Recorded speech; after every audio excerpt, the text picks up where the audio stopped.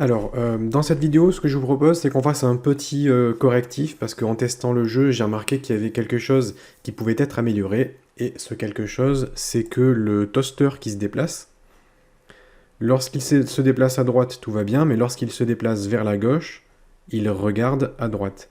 Jamais on ne fait un...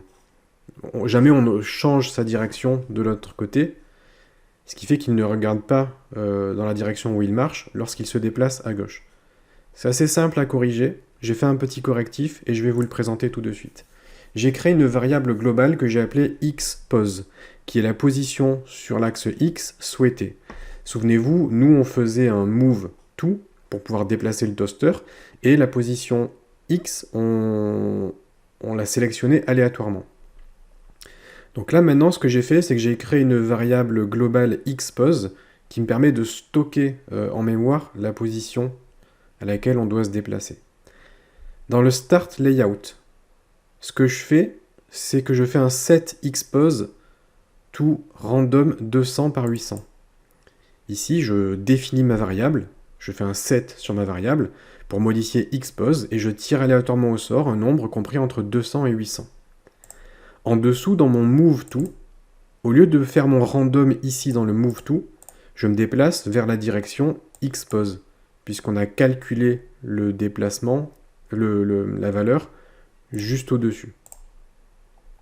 En bas, dans notre fonction qui se déclenche toutes les 5 secondes, j'ai fait la même chose, exactement pareil. J'ai fait un set xPose to random 200-800, et j'ai fait un move to xPose 250.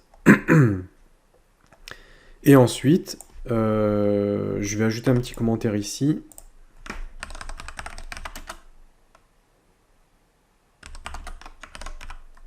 Gestion du flip. Flip, quand on parle de sprite, flip c'est retourner la texture, c'est faire une symétrie. Et donc là, ce que j'ai fait, c'est une variable système. Cette variable système, c'est un compare variable que je vous ai déjà présenté qui permet de comparer des variables. Et là, ce que je fais, c'est que je compare xPose, donc la valeur souhaitée pour notre déplacement, et je vérifie si cette valeur elle est plus petite que sprite4.x. Sprite4 qui correspond au toaster, .x qui correspond à sa position sur l'axe X. Et si jamais la position finale est plus petite que la position actuelle, ça veut dire qu'on se déplace vers la gauche. Si on se déplace vers la gauche, je fais un set mirrored, qui me permet de dire oui, je veux faire l'effet miroir. Alors je vais faire la même chose pour l'autre direction, je vais ajouter un événement système. Je vais faire un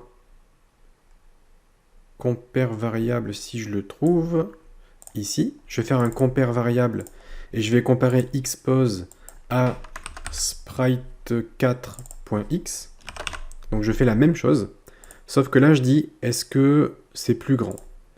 Si xPose est plus grand que la position actuelle, ça veut dire qu'on va se déplacer vers la droite. Dans ce cas, je vais ajouter une action sur le sprite4 et je vais choisir un set mirrored ici, qui permet de faire un miroir, donc c'est vertical, hein. Et ensuite on a le set flipped qui permet également de faire, mais ça sera un miroir plutôt horizontal. Donc nous c'est un set mirrored qu'on veut. Et là, du coup, je vais mettre not mirrored pour faire l'inverse. Dans le cas où on se déplace à gauche, je fais un set mirrored, et dans le cas où on se déplace à droite, je fais un set not mirrored. Ce qui fait que maintenant, mon personnage devrait toujours regarder dans la direction dans laquelle il se déplace. Je teste le jeu, et là mon personnage se déplace à droite. On va attendre 5 secondes en espérant qu'il se déplace vers la gauche.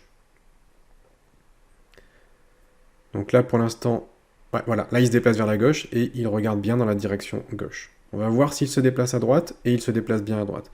Donc notre système fonctionne, on a bien cet effet de miroir qui s'applique.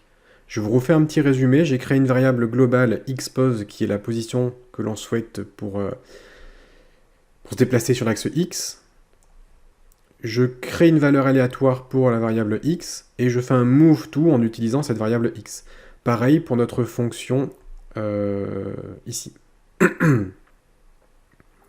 Et ensuite, je gère, avec une condition système, je gère le cas où on se déplace à gauche, ou à droite, et selon ce qu'on fait, bah, je fais un set mirrored ou pas, pour pouvoir faire le flip ou pas. Voilà pour ces quelques précisions. Et vous pouvez donc mettre ça en place dans votre projet pour pouvoir avoir un truc un petit peu plus propre et un petit peu plus réaliste.